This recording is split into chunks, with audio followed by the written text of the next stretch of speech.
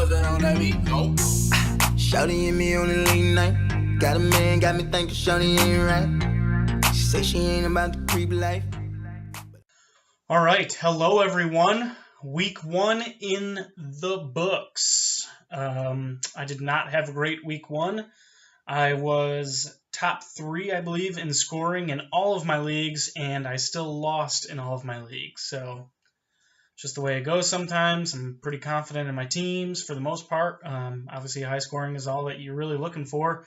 So hopefully if they can keep it going, I can string together a couple wins. I know last year I started like 1-3 in the first 4 weeks in this league. So hopefully that turns around. All right, let's go through the trades. There were none prior to week 1.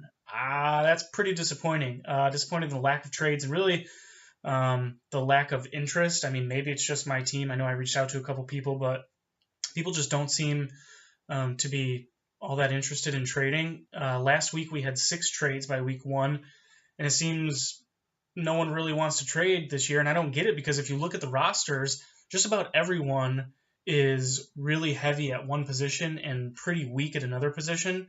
So obviously that should mean, you trade and try to even out the teams, which is what happened last year, and it was great. And that's why we have draft picks that you can trade to help entice you to make a deal work. But nobody seems to be interested in that. So that's a little bit of a bummer. Okay, week 1, start with myself against Jessica. I was very happy with my team, putting up 136 almost. Just lost to Jessica at 145, though. I do think right now she has the best team in the league. Obviously, I lost Keenan Allen, my first-round pick, so I am looking to trade for a receiver. So if anybody wants to trade, even though it kind of sounds like nobody does, let me know. And we had Justin against Kirk, who still, in my opinion, has the best fantasy team name, even though the joke is a year old. Pretty close game. I thought it would be Kirk winning by less than 4 points.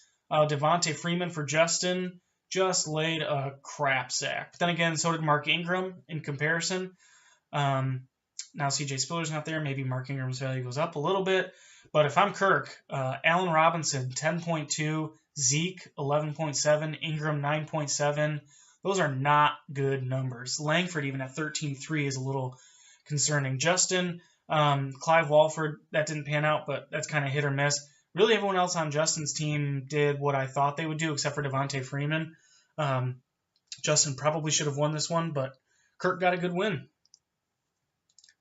Dave against Cam. Dave was down a shit ton at the beginning. By the way, screw ESPN's app. I was so close to writing them and telling them that the amount that we pay, we deserve an app that works. But Dave got a little bit of help from Carson Palmer, but Cam had Aaron Rodgers, who did well. I mean, it's Jacksonville, who did well. I still am not sure on Aaron Rodgers. I still think he's going to be not that great this season, but I could totally be wrong. Theo Riddick was huge. Obviously, as a Lions fan, that's nice. But this half-point PPR, Theo Riddick is proving to be a great draft choice by Cam. Amir Abdullah even finished with over 20 points, which is great. Dave has a lot of boomer bust guys. Randall Cobb, T.Y. Hilton, Antonio Gates, Michael Floyd, really Eddie Lacy too, and really none of those guys came through. So, Dave, the fact that you didn't have the boom that you were hoping for and still got 102 points, I think that's actually pretty promising. But Cam gets a solid win. Kobe Fleener sucks. Ryan against Rick.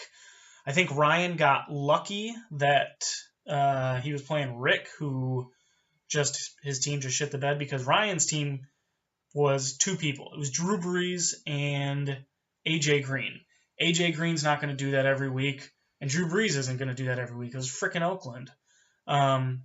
So Ryan got a decent win there, but Ryan has some serious holes. Jeremy Hill, garbage. Thomas Rawls, garbage. And even if you look at Thomas Rawls recovering from an injury, that offensive line is one of the worst. It looks not bad, but I did some research, and they're ranked one of the lowest. Russell Wilson just makes it seem okay. But Ryan got the win there.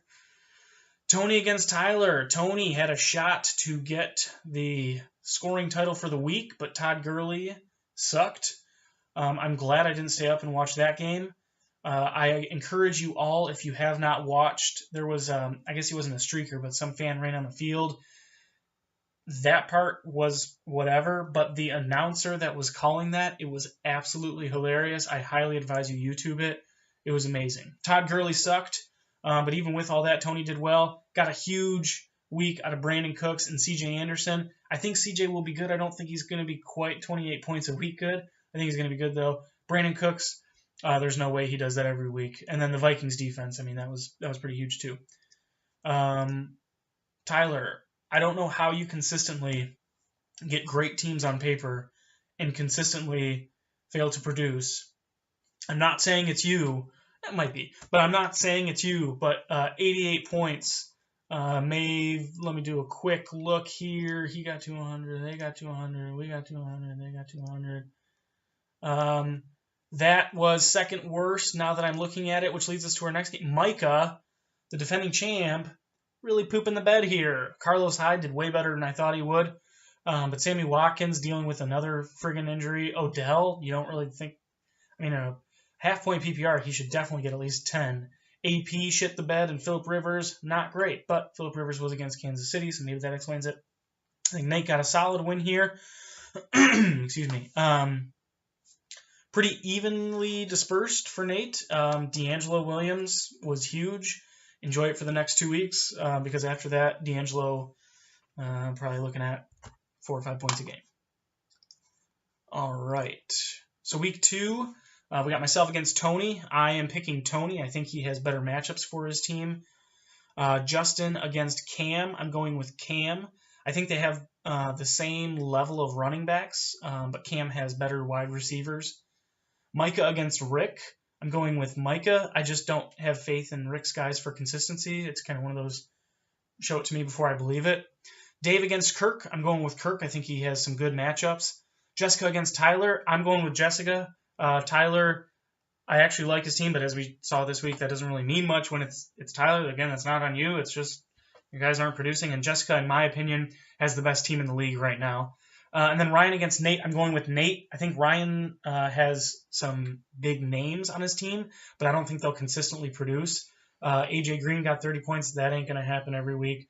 Ryan might have a high score this week. I just don't see that team quite doing that every week. And Micah actually agreed with me on all the picks for various reasons. And so since none of y'all were going to trade, Micah and I, the champions, had to step in. We got a blockbuster trade.